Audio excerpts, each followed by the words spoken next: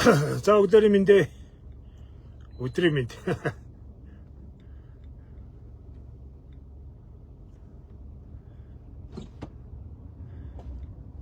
За ажил руугаа л явж байна. Ажил руугаа гэж.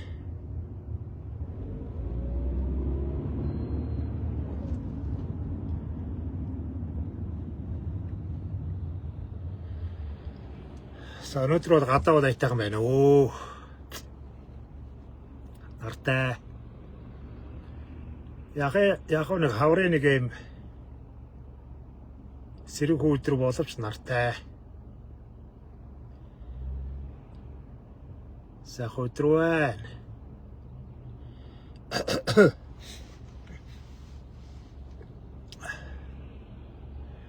Ер нь хэдэн жилийн дараа би тэгээд уу ярьж л байдаг. Хэдэн жилийн дараа ер нь энэ нурууны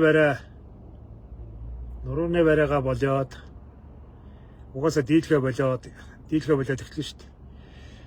Тэгэхээр энэ олон жилийн уншсан, судалсан, дээрэс нь бас өөрийгөө тодорхой хэмжээнд боловсруулсан энэ мэдлэгээ ашиглаад сэтгэл судлаач, гэр бүлийн сэтгэл судлаач болдгийм үү гэсэн бодолтой байгаа.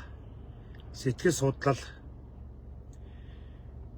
тэгээд энэ зөв бэлэг энэ зүйл дээр зөвлөгөө өгдөг. Би нэг тиймэрхүү хүн болох байх. Одоо энэ олон жилийн хар залуугасаа л уншсан, судалсан, ойлгосон бас энэ өөрийнхөө амьдрал дээр ойлгосон энэ олон зүйлүүдээр хүмүүс зөвлөгөө өгдөг. Гэхдээ энэ гарс гаргалгаа биш. Ер нь бол би ингээл сэтгэл судлаач нарыг хараад ахлаар заавар зөвлөгөө өгöd идэх.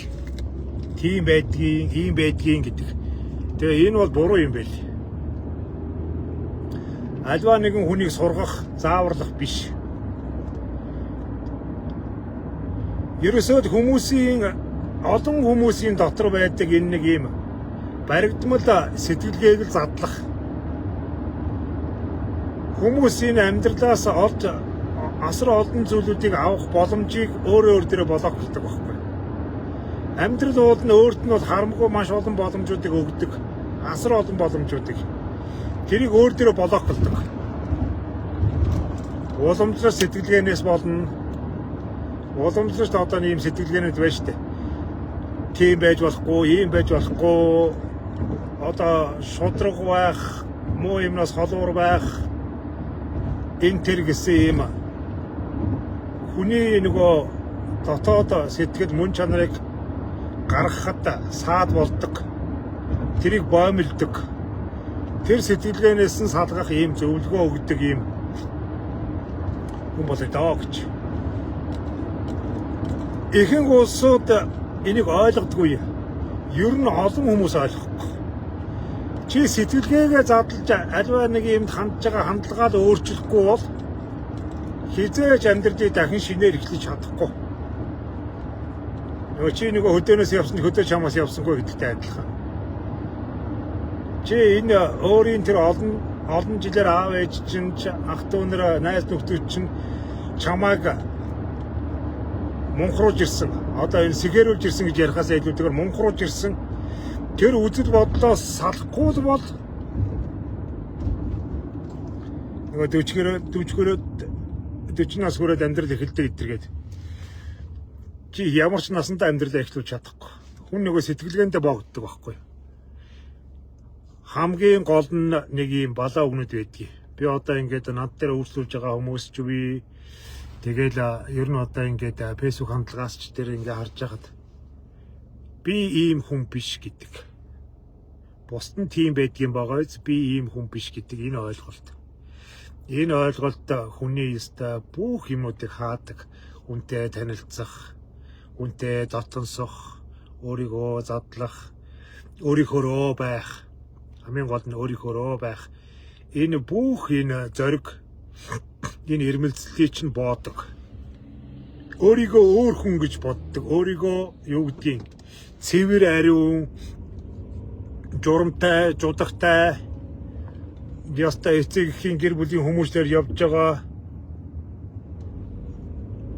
Одоо ястай амьдралын алдаа, амьдралын бузраас өөрийгөө хамгаалж байгаа гэсэн. Энэ бол ястай амар тэнэг бодол шүү. Амар тэнэг бодол. Чи хэдий чиний амьдралаас өөрийгөө тусгаарлана уу? Хэдий чиний чи бусдаас өөрийгөө блоклож, бусдаас өөрийгөө өөр мэтэр төсөөлнө үү? Төдий чиний чи ганцаардмал, жожиг, азгүй, хувь тавилангүй тийм л хүн болдог. Азгүй, хувь тавилангүй. Чи амьдрчил байгаа бол энэ амьдралын шавар шавхаа, бохир заваа, алдаа оноо тэр бүх юмдээ дундуур туучих ёстой юм. Амьдрчил байгаа бол. Хоёр нь үхлээрэл бүх юмнаас өөрийгөө тусгаарладаг ш тэр авсанд ороод. Яг үхтэн шиг юм ярьдаг байхгүй. Би бол ястай цэвэр ариун, яс журамтай, шулдраг үнэн. Тэр юмнууд чинь үхлийн дараа л ирдэг. Чи амьдрал цэвэр ариун хизээч байж чадахгүй. Чи ариун байдгийн байгаач чамайг ариун бус болгож идэг асар олон улсууд байгаа. Тийм учраас та алдац газар нь алдацаад тэмэрлэх газар нь тэмэрлдээд явахгүй бол нэг доголонгийн газар доголон гэдэг шиг тэгжил явахгүй бол хүн амьдрч чаддгүй юм. Амьдрч чаднаа гэд нэг юм байна шүү дээ. Амьдрч чаднаа гэдэг чинь дандаа азтай явдаг хүний хэлдэг шүү дээ. Дандаа азтай яндоотой юу гэдгийг өстой. Журмаар нь дүрмээр нь явсан хүнийг одоо нэг юм дүрм журм ярьдаг усуд байна шүү дээ. Тэгж болохгүй, ингэж болохгүй. Тийм бузартай юм гэж юу байдгийг, ийм заваа юм гэж юу байдгийг, чи өстой ийм хүн биш. Чамаагтай ийм гэж бодсонгүй гэдэг.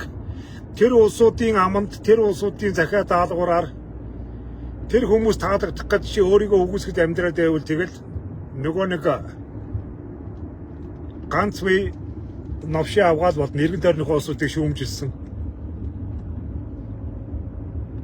Эргэн тойрныхоо бузруулаа гайхсан.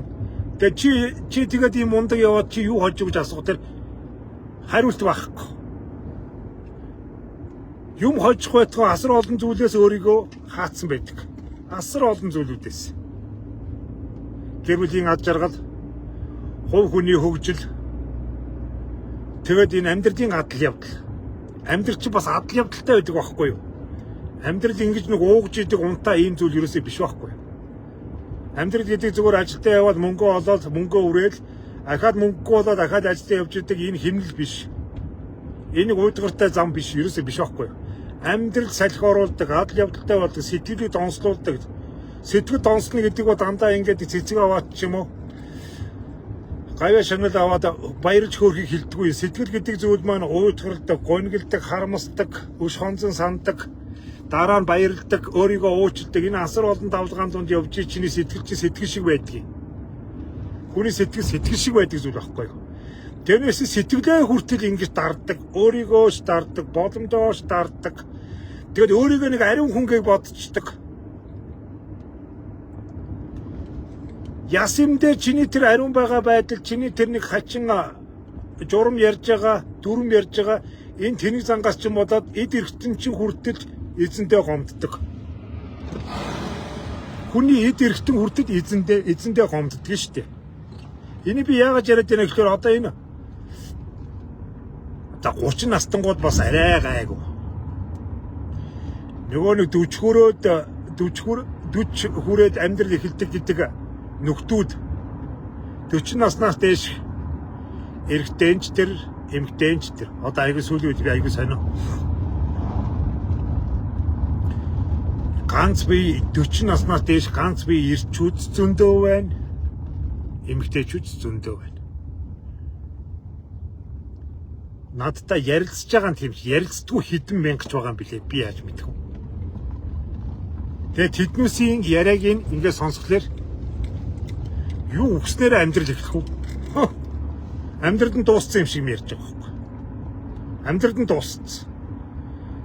Нөгөө энэ ном зохиолч тэр хүмүүсийн хамт амьд нөгөө 40 наснаас амьдрал эхэлнэ гэсэн чинь одоо тийм юу байх вэ тий? Одоо миний хайртанд дурлаж юу аах уу? Одоо намайг тоодох хүнч гэж юу аах уу? одоо миний тэгж хүнтэй уулзаж учирч явдаг ч гэж юу аах вэ? 40 наснаас монголчуудын амьдрал бол дуусчихж байгаа байхгүй. Дахин илүү өгснээр амьдрал эхлэх үү? Ахиж яаж шинээр эхлэх үү? Дуусчихж байгаа. Уг нь яста гайхамшигтай сайхан настай яа хүний яста нэрэ. Йоо.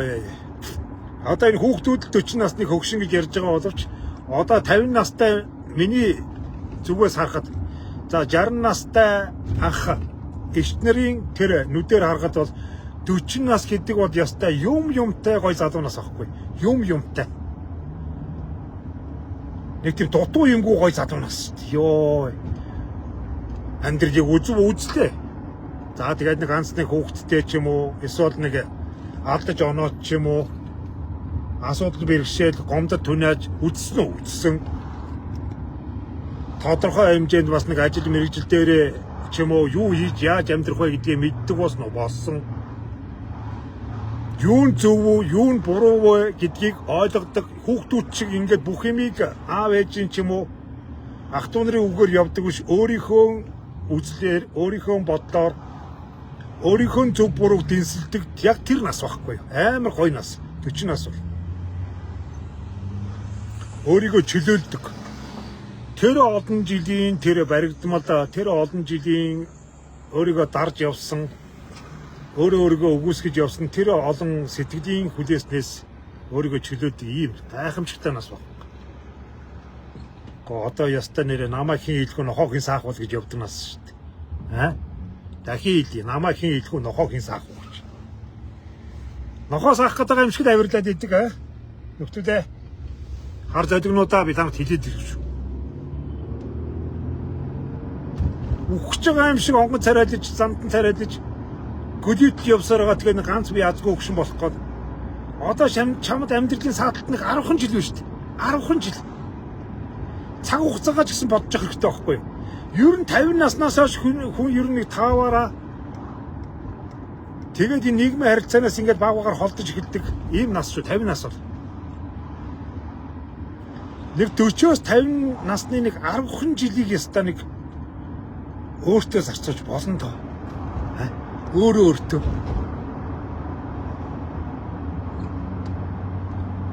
Яа тэр нэг 40-оос 50 насны хооронд бол хүний хөгшрөл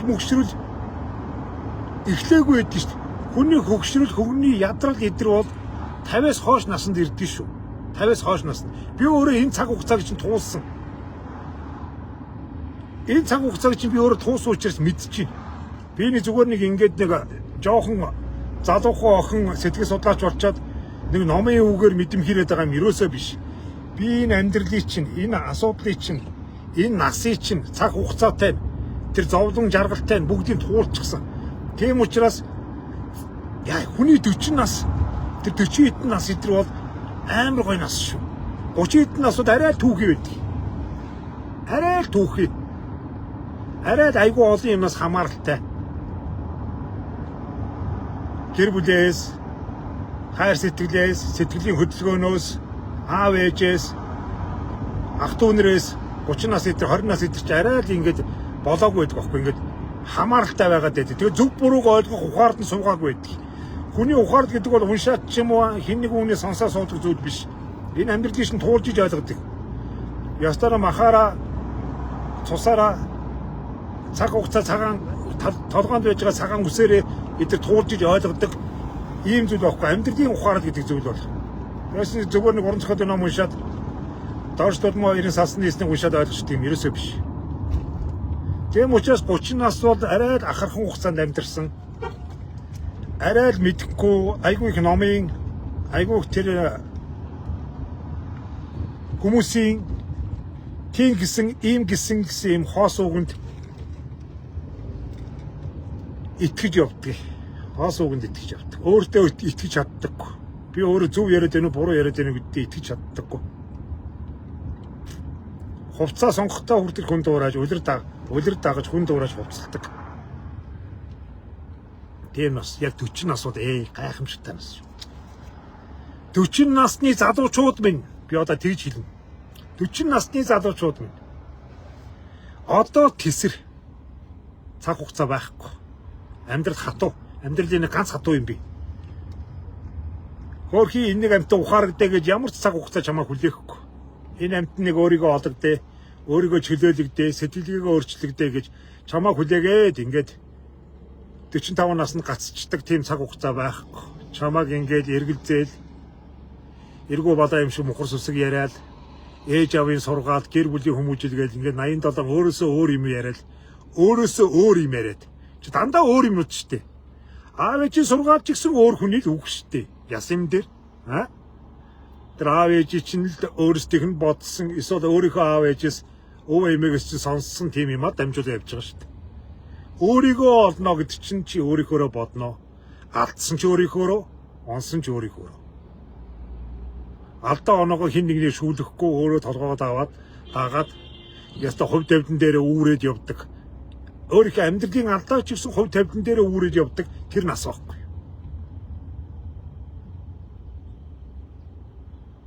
Энэ гоё үг шүү. Өөрийнхөө амьдралын алдаа хэн нэгэн хүндийг буруутгахгүй, гомдол ярихгүй, гоншгохгүйгээр өөрийнхөө хувь тавилангийн нуруунд дээр үрээд явдаг. За ийм л байж тээ гэж. Ийм л байх ёстой гэж өдөө хүртэл би бас юм ойлгоогүй л явж. Алдаа ч гэсэн надад ухаарлыг өглөө гэж. Алдаагаа хүртэл ухаардаг ийм гоё нас баггүй. Амар гоё нас. Энэ насан дээр тэсэрч чадахгүй бол энэ насан дээр өөрийгөө өөрчилж өөрийнхөө зоргоор өөрийнхөө хүссэн юмыг хийж чадахгүй байжээ дараа нь чамд цаг хугацаа байхгүй. Дараа нь чамд цаг хугацаа байхгүй. Дараа нь ястаа нөгөө хүсээд исэн хөгшөрч чи ирнэ. Хөлөөр, нуруугаар, хүзүүгээр, хуянгаар хүний бие илэгддэг. Хүний бие ядардаг. Хүний арьс хураашиж, хүний арьсны уян байдал алдагдаж, үрчлээ, нуглаас хүний нүдний хад хүртэл ундаг.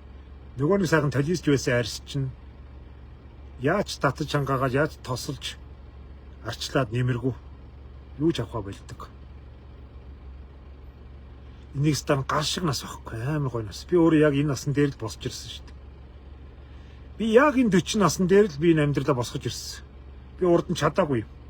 20 наснд би өстой нэг айдын тогоо гордож, оюутан наснд хүний өгсөн юм гордож, хүний өмссөн хувцсанд атаархаж, хүний идэж хэрглэж байгаа юмд чөтөөрхөж, ийм болчихсон гэж хүний амьдралыг дуурайж, хүний үсний засалтай хүртэл дуурайж, ийм гоё болчихсон гэж өөрийнхөөрөө биш хүнийхээр амьдарч ирсэн. Миний 20 нас хүнийхээр. Миний 30 нас гэр бүлийн уучраа олохгүй харьцаан дотор өөрийгөө өмөрсөн хэрүүл дотор өөрийнхөө эрхийг эрхчлөөг хин хинээсээ нэгсэн ийм л бодлон ийм л сэтгэл зүрхний шарах сорвтой ингэж л өнгөрсөн. Миний 30 нас. Яг 10 жилээр байдаг би. Тэгээд нэг 40 гараад ирлээл за нэг өстой арай л нэг өөр болж хэлдэг. Арай л нэг өөр болоод юмны нэг наан цааныг ойлгоол. Уурж исэн хүнээ уучлаад, ус хонцон санаж исэн хүмүүсээ мартаад энэ дэмий юм байна гэдгийг ойлгоол. Яа тэгээд хэлж байгаа байхгүй. Яг нэг хүний нэг ухаард ирдэг. За тэгээд хинч надад тусалдгүй юм байна. Хамгийн гол нь хинч надад туслах ёстой биш юм байна гэдгийг. Энэ амьдралд хэн нэгэн хүнийг сайхан амьдрах гэж хинч төрдгөө юм байна гэдгийг ойлгодог байхгүй. Чамаа сайхан амьдруулахын тулд бас нэг захиалгаар нэг хүн энэ хорвоо төрдгөө юм байна гэдгийг. Тийм учраас чамаас өөр хинч чамд өргөө. Чи л өөрөө өөртөө өртөө байхгүй. Чи өөрөө өөрийнхөө амьдралд өртөө. Чи өр нэхий гэж бодож байвал тусламж хийх гэж өөрөөсөө тусламж хийх. Тэрийг 40 наснд ойлгодог. 40 наснд. Я тэгж ойлгосон. Урд нь би аав ээж минь, ах дүү нар минь яста андын нөхрөл ядарч явах үед мүд, өвдөж явах үед мүд гэдэг найз нөхдүүдээ хүртэл надад туссангүй, барьсангүй бол гомхлоод, гоншгоноод тэгээ заримд нь ус хонцон санаад өөдгөө авир гаргаад ингээд явдгийг. Тэгээ яг 40-оос хойш насанд найз нөхдүүд маань хүртэл зүгээр надтай ярих, сэтгэлээ хуваалцахад үүрэгтэй болохоос намайг тэтгэх, намайг халамжлах, миний ядрахыг хүлээж миний дэргэд байж ах тийм хүмүүс биш юмаа гэдгийг ойлгодъё. Чиний ядрахыг чинь хүлээгээд чамтай найзч идэг хүн гэж хорвоод байдгүй юм. Тэрийг сайн ойлго. Тийм учраас найз нөхдөсөө хүртэл сэтгэлийн бас эдийн засгийн юу ч хүлээгээд хэрэггүй. Найз нөхд чинь бол чиний үр хүүхэд чинь биш. Чиний төрөл садан чинь ч биш. Хизээ сад чадна. Хизээж эргээд нийлж бодно. Тэр бол хүний хүн. Тэрийг сайн ойлгох. Би тэрийг 40 наснд л ойлгосон. Аав ээж маань хүртэл төрүүлсэн гавья. Тэрнээс намайг өхөн хөлтөл маань бөөцөөлж өмд бандаж юм авч өгөх тийм өргөтэй хүн биш гэж бодох хэрэгтэй. Аав ээж маань ч гэсэн өөрөөсөө амьдралаар үхэл хүртэлх өөрөөсөө замаар л явж байгаа. Өөрсдөө хоолны төлөөд амьдарч байгаа. Төрүүлсэнд гавья юм даа гэж. Төрүүлсэнд гавья. Тэгж ойлгодог. Олон юмыг ойлгоод ирэнгүүт өөрийгөө чөлөөлдөг.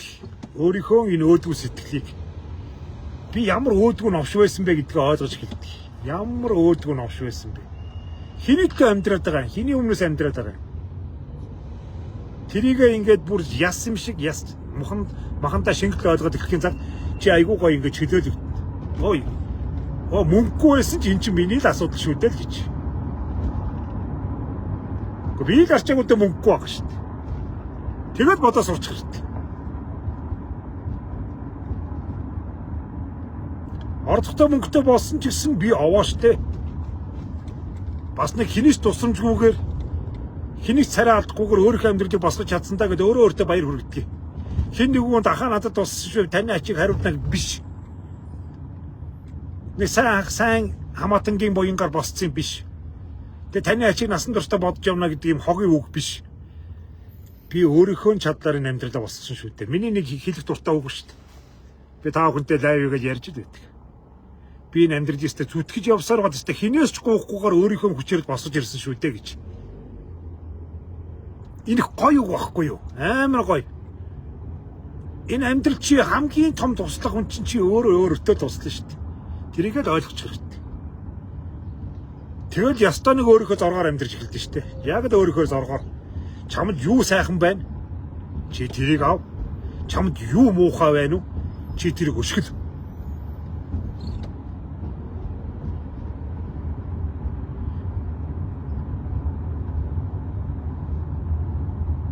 Яг тэгдэг байхгүй. Яг өөртөө итгээл өөртөө найдаад ингэж эхлэхийн цагт өөрийгөө бас хүн хайрлаад эхэлдэг. За би өвдөж болохгүй шүү. Би өвдвөл сүрэн шүү. Миний амьдрал сүрэн шүү гэдгийг ойлгодог. Олон хүмүүс энийг ойлгохгүй явж байгаа учраас өвчнгөөш тоохгүй явсаар гал унддаг. Яг өөрийгөө ойлгоод энэ амьдрал маань би өөрөө шүү дээ гэдгийг ойлгоод энийг зүгээр сонсоод өнгөрөх нэг өөр. Яг энийг бүр сэтгэлийнхээ гүнд яс мэддэг хүн бол өөрийгөө өвчлөхгүй шүү. Үн удаан жил амьдрын шүү. Амьдрахтаа бас зовлон зүдгүүр туулахгүй шүү гэж өөрөө таандж эхэлдэг. Тийм учраас өвчнөдөө хүртэл анхаардаг. Бие хүртэл торддог. За би сахарыг хэрэглээ. Энэ жингийн илүүдэл, энэ хөдөлгөөний хомсдол, энэ хөшөлт, энэ нуруу хүзүүний зовөр, энэ хавдар шархны үүсвэр энэ бүх юмудаа бодож эхэлдэг. Бүх юмудаа бодож эхэлдэг байхгүй. Хэрвээ энийг ойлгохгүй, энийг чи бүх хүн ойлгож чаддгүй, ихэнх нь ойлгодгүй гэж би ярьсан шүү дээ. Энийг ойлгохгүй явдаг улсууд чинь өтөр насандаа өнчрөл, зовлон, эмнэлгийн ор, аптекийн үүдэн дээр л амьдралаа дуусгадаг. Эмнэлгийн ор, аптекийн үүдэн дээр амьдралаа дуусгадаг. Энийг ойлгодгүй. Дандаа бусдаас юм нэгдэг, бусдын төлөө байдаг, бусдын өмнөөс амьдэрдэг, ингэж явсараад өөрийгөө оргисон, өөрийгөө мартсан энэ улсууд чинь л эцсийн эцэст үхлийн муугаар л үхдэг. Үхлийн муугаар. Тийм учраас өөртөө эзэн байгаарай. Өөртөө эзэн бай. Өөртөө эзэн бай гэж.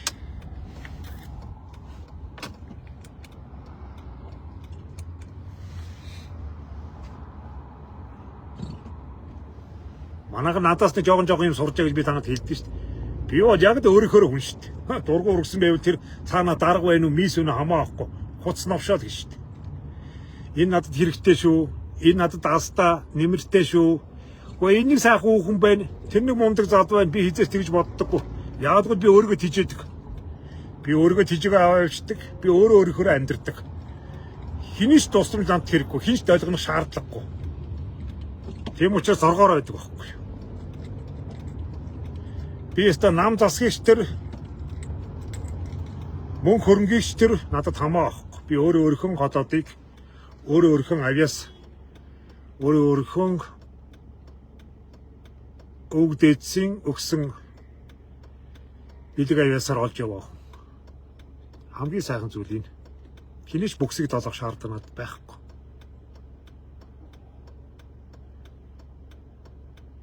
Химбгаач миний амьдрал тийм бай, ийм бай, чи ингээд энэ тэгээд энэ. Утсан үз. Заах дуртай усуд олно шүү дээ. Бид өөрөөр бус байдаг учраас энэ хорвоо дээр ийм олон мэдрэмхий усуд байдаг байхгүй. Олон хүмүүс өөрөөрөө байж чаддаггүй. Дандаа хүмүүсээс өлөнтөж үг сонсох гэж тэр үгийн даах гэж мэдлэггүй, мэдрэл муутай явдаг учраас ийм олон мэдрэмхий новчнууд байдаг байхгүй. Амар олон. Бүр захын зүгээр нэг ингээд нэг тамхи ширхлээ зогсож байгаа авгаа хүртэл мэдрэмхий ирээ солиороод. Бид ингээд өөрийн толгоогүй, өөрийн ухаангүй байдаг учраас чиний амьдралыг хэртүүлэх, чамааг өөрийнхөө заван амьдралаар явуулах сонирхолтой асар олон усуд байдаг шүү дээ. Өөрийнхөө заван амьдралаар. Чи тийм мундаг байсан юм сайхан амьдрахын яасан гэж асуумаар. Чи тийм л ухаарцсан, гэгэрцсэн, сүрхий амтан байсан бол чи одоо ингээд өлбийгээд нохон амьдралаар нохон авираас гаргаад ингээд сууж идэг хинбэ хөөш гэж асуумаар. Одоо хүмүүс өөрийнхөө амьдралыг өмнө бандаачаа сольж чадахгүй байж хүнд заахтаа мундаг байдаг байхгүй.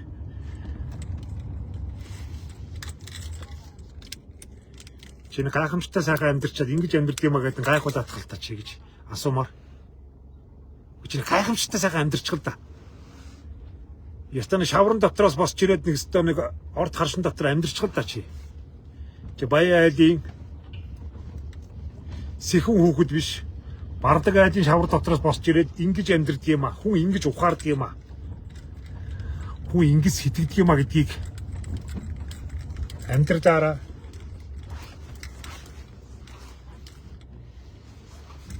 нотлоотхолдог өгшөө гэж асуумаар. Өөртөө юу ч байхгүй. Үгүй дутуу юм байж ч хүний амьдрал дээр үлэнчидэг юм дэндүү олон байдаг байхгүй.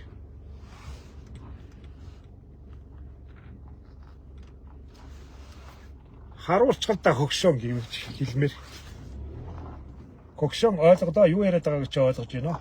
Гэхдээ чи нэг харуулчих та гэдэг. Асуумаар. Адив чамаас нэг үлгэр жишээ авчи гэмээр. Бид байд юм дөө. Манайхаа. За, удамшлаасаа нэг ганц тамхи татчихад орё дөө.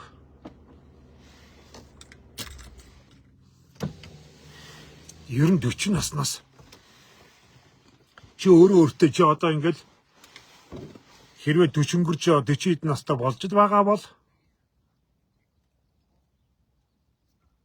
одоо чи дог юу гэнэ?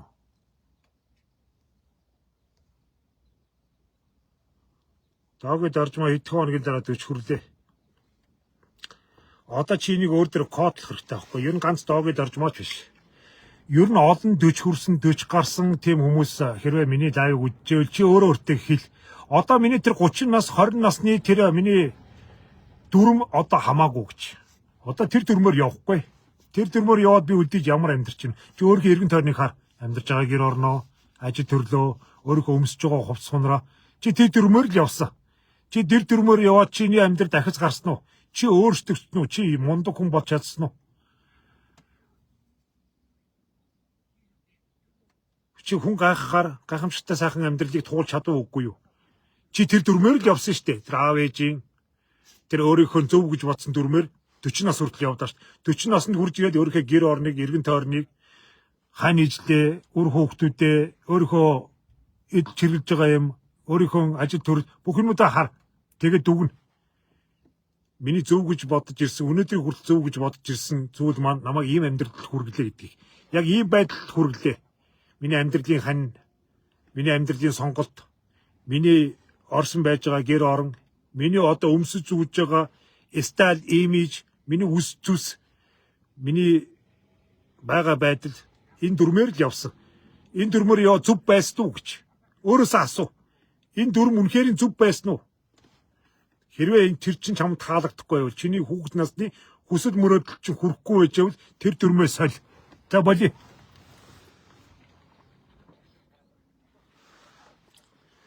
Нэх мундаг сүрхий амтан болох гэж 40 жил гуслаа. Бага байдал нь энэ.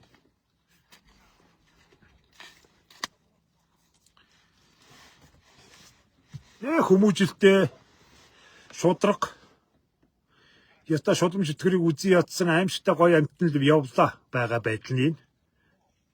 Надаас илүү сэргэлэн, надаас илүү амтай хилтэй, алцаа самтай, юу гэдгийг аргатай мэгтэй усууд нь илүү сайхан амьдарч байна. Гэхдээ тэдүүст илүү сайхан амьдарч байгаа байхгүй юу? Гэхдээ чиний нөгөө нэг алцгар, талчгар, заваан балиар энэ яста муухай, энэ яста үзээрий гэжсэн чиний дормж исэн, доогolж исэн, зарим үед хов болгож ярьж исэн тэр усууд чинь чамаасаа илүү сайхан амьдралтай, илүү их чөлөөтэй, эрх чөлөөтэй, илүү их эд хөрөнгөтэй, илүү сайхан хангалуун, илүү олон найзтай, илүү их амьдралын адал явдалтай явж байгаа байхгүй юу? Гэхдээ нөхөр таваарш нэг л сүрхий амтан, нэг л их гэрийн хүмүүжил, нэг л их ёс журам, жудаг, нэг л их цэвэр ариун байдал, нэг л их ухаарал гэгээр л лам бурхан ярьсан багийг харсан чи юу вэ? Аав ээжээс үлдсэн гэж жоох юм. Өөр нэг олдтой олсон ч юм байхгүй. Олдтойгоо шиг очиад нэг зовлонгоо яриад нөлөөсөө унгах найз нүгтч байхгүй. Гүн хүн амтантай уулзаж уучраад нэг алдаж оноод зарим нь өшгөлөө, зарим нь тэврээд явсан адал явдалч байхгүй, амьдралын түүхч байхгүй. Амьдралын түүхч чинь дандаа гоё юм дээр байдгүй шүү дээ. Хүний амьдралын түүхч чинь алдаа оноон дээр байдаг зүйл шүү дээ. Алдсан чинь амьдралын түүхэл болж үлддэг. Тэг яриг ихлээр хүнд амьдралын түүхч байхгүй. Тэгтээ дээхэн үед нэг тэр дээд сургуулийг төгсөө тэгээд энэ байгууллагад орсон 20 жил ажилласан.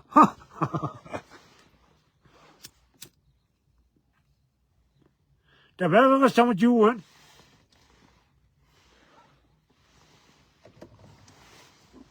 Байгууллагын эднэн өргөмжлөл нэг хитэн одон тэмдэглэл байна да. Байгаагаас тэр л байгаа байхгүй.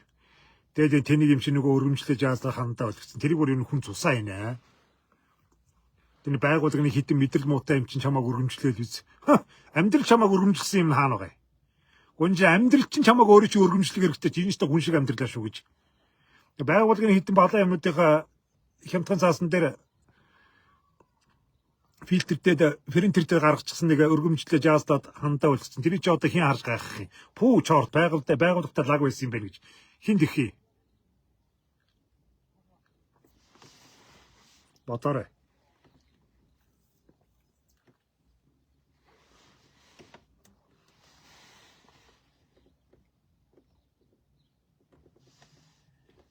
Ятгатаа нэг яста нэг дими тэнэж одоо энэ зуныхаа амар дээр хөдөөч явж үзэг усуд байдаг шүү дээ. Хөдөөч явж үзээгүй. Гү чи явхад яадаг. Гү харин нэг л болдгоо маа. Тэг хаач хүрх юм блэ. Тийм юм. Тэгээд дандаа зовлон ярьдаг. Болохгүй гэж бодсон байл болохгүй юм зөндөө байдаг байхгүй. Зовлон зөндөө шүү дээ. Машин хэрэггүй гэн боломжгүй гэн амралт болдоггүй хүүхдийн юм гэн тэгэл ингээл би хаа аав ээж хардаг барьдаг тэгдэг тэгээд 80 шалтгаан болохгүй гэж бодсон байж бол чам шалтгаан мондохгүй.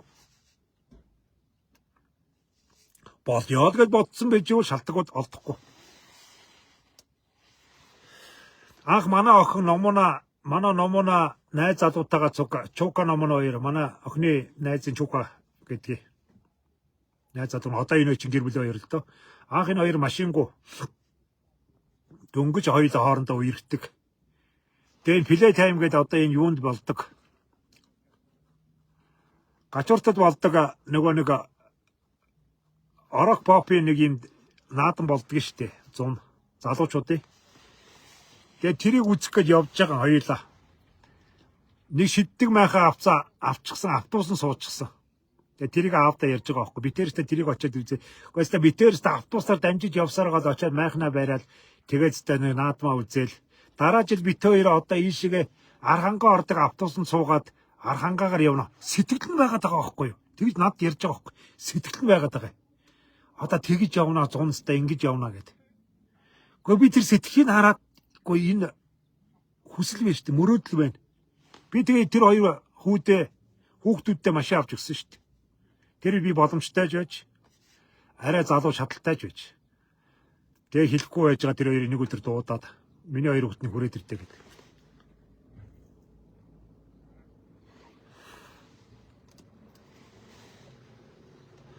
Аав нь хоёр хүүхдтэй нэг хуучин ч гэсэн хамаагүй нэг машин авч өгье. Хоёр одоо алин болгон майхнаа үржсэн автобусанд суугаад явж байгаа хөв тий. Нэрээ юм уу аваа гэд. Нэрээ. Ийм автадаа боломжтой автадад баярлж яв. Аавнууд боломжгүй аав ээжтэй байсан шүү. Хуучин ч гэсэн тордоод миний хүүхдүүд тэгээд энэ машинтай бол за гараа гэд. Тэгээ машин авч өгчсэн. Одоо ч тэрнтэйгээ байж байгаа дугуйн салиал. Дугуйр муутсан гэж одоо дугуй зэргийн имийг өөртөө аваа нөхдүүдээ.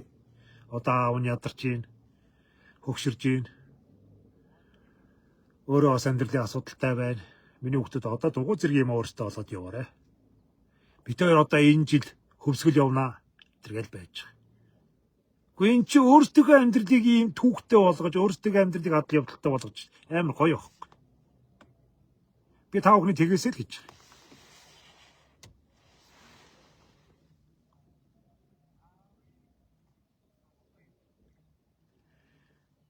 Хамгийн тод жишээ нь би өөрөө байж шүү дээ. Би өөрөө амьдралаа өдрөөр жилээр өнөө өглөө би дөнгөж хоолоо идээд ажил руугаа явахдаа их тэртэйгээ яриа суужсэн. Гогшоо одоо энэ 2026 онд хоёулаас та юу ч худалдаж авахгүйгээр зүгээр ингээд нэг өнжиё. Үр зээлээ дуусгая. Хоёулаа зүгээр амар амгалан өнжиё гэж. Харин тэгье гэд. Би тэр тэгж дөнгөж өнөө өглөө ярьжсэн байхгүй. Урдны тэр жилүүдэд ихнэр битээр одоо амьдраа 6 жил боллоо. Жил болгон юм авдаг байсан. Жил болгон. Болсон ч бай, болоогүй ч бай. Жил болгон хөдөө гадаа явдаг. Жил болгон гэр орондоо хямдхан ч үнтэй ч нэг юм авдаг. Тэгэл өрнөөс өрний хооронд асуудлаас асуудлын хооронд тэгж явдаг байсан. Тэгээд энэ жил хоёулаа нуруугаа амраая гэж. Энэ жил хөдөөж явахгүй. Янз янзын хувцс хонорч авахгүй. Хоёулаа одоо энэ байгаа жижиг шажиг өрнүүдээ бүгдийн дард суугаад нэг ганц жил нэг сэтгэл амар амьдрья гэж ярьж байгаа байхгүй. Бид хоёрын амьдрал ийм тэмүүлэлтэй байхгүй. Амар тэмүүлэлтэй. Тгий ингээ тэгчээ. Болохгүй байсан ч болгоол. Чадахгүй байсан чадаад явдаг. Битэл амьдралдаа юм унтаа болгоорой. Битэл амьдралдаа зүгээр гар утас шагаасан, гар утсан дээрээс нэг энэ Монголын хар гай гамшгуудыг олж хараж энэ амьдралаа хоосон, дими хоосон өнгөрүүлдэг гар утсан дээр битээ амьдралаа дуусгаарай. Амар харамстай зүйл шүү гар утсан дээр амьдралаа.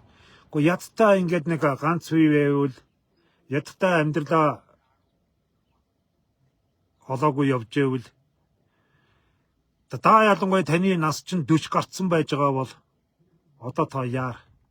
Одоо та өөртөө амлалт өг 26 оныг би өстэй. Одоо би алдаад хаа өрхий. Одоо 40-оос дээш наснд бол алдаад хаа өрхий. 20 наснд алдвал одоо өстэй амьдралын алдаа малдаг бол уйлал дуугараад нөлөөс нус нөлөөмстэй утгалдаад явна шүү дээ. Яста би амьдралаа алдчихлаа, хүнд ашиглуулчихлаа. Яста нэрээ ийм өстэй бузар булаа гэж явна шүү дээ. 30 наснд бол одоо бас яа их одоо өстэй нэг бузар булаа.